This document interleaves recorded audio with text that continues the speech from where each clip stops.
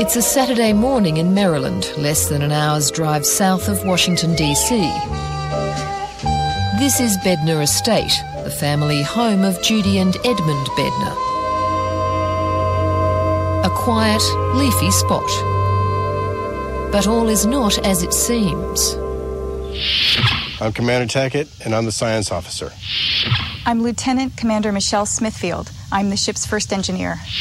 Oh, we're in fact on a planet called Diotama 3 near the Klingon border. Sound familiar?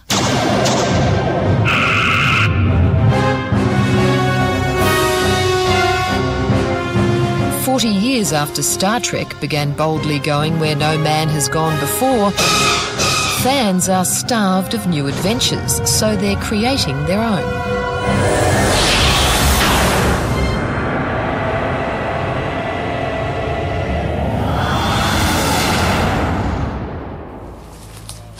Quiet on the set.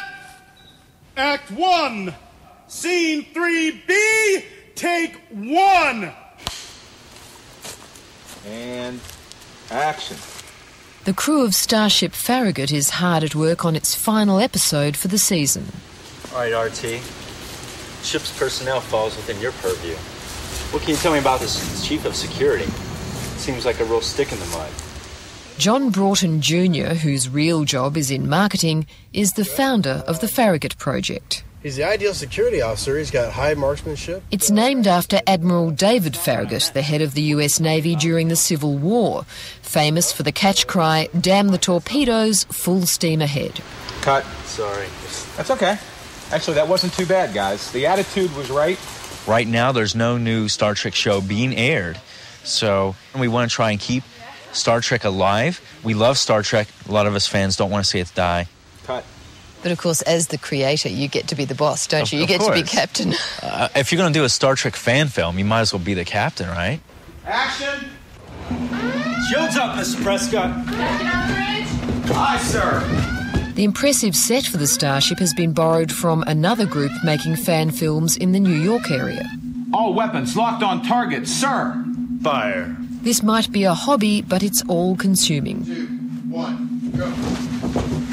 Boom!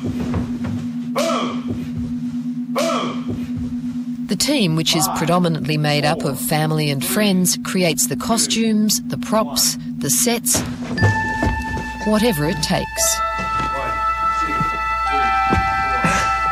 4, 5. I need the outer piece for this wall. The bottom looks good, Paul. Yeah, hit the bottom. Have you copied the makeup from the original shows? Only the blue eyeshadow.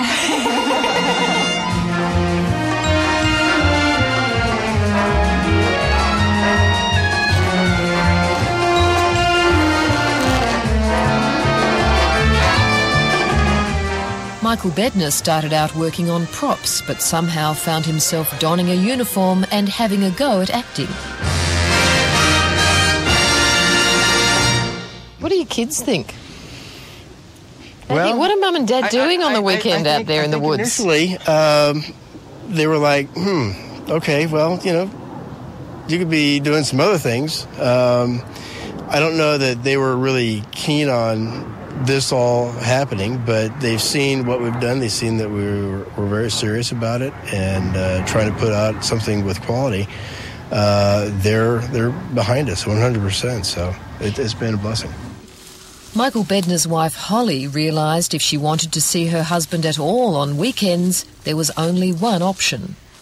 If you would have asked me a couple of years ago if I ever thought I'd be running around the woods in a Star Trek outfit, I probably would have laughed. But I'm happy that we're doing it, and it's actually a lot of fun wearing this uniform. What can you tell me about this new security chief? Seems like a real stick in the mud. Much, much too fast. If you're saying the line, you're like all the way up here. I want you saying it like when you're right here. When you're coming through. Paul Sieber started as set designer, then seemingly at warp speed, his duties expanded to actor, writer and director. Seems like a real stick in the mud. We're trying to make something that's true to what Gene Roddenberry had created when he did the original series 40 years ago. An action-adventure, a Western, if you will, in space. And that's the essence of what we're doing with this story. Cut. Two things. Actually, I like to laugh.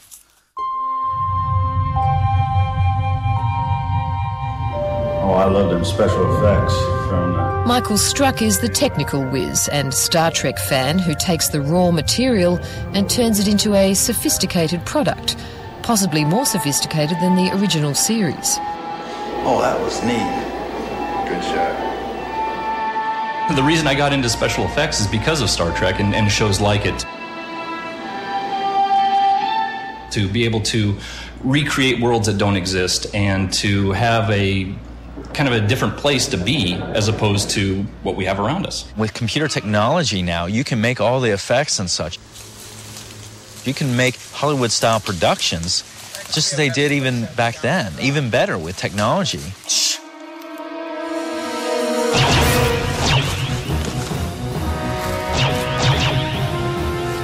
Paramount, which owns the rights to Star Trek, allows the fan films to be put online as long as no one profits from the exercise. And while the crew of the Starship Farragut takes its mission very seriously, You guys all right? in the end it's about being transported to another place, Never better. the final frontier, and having fun.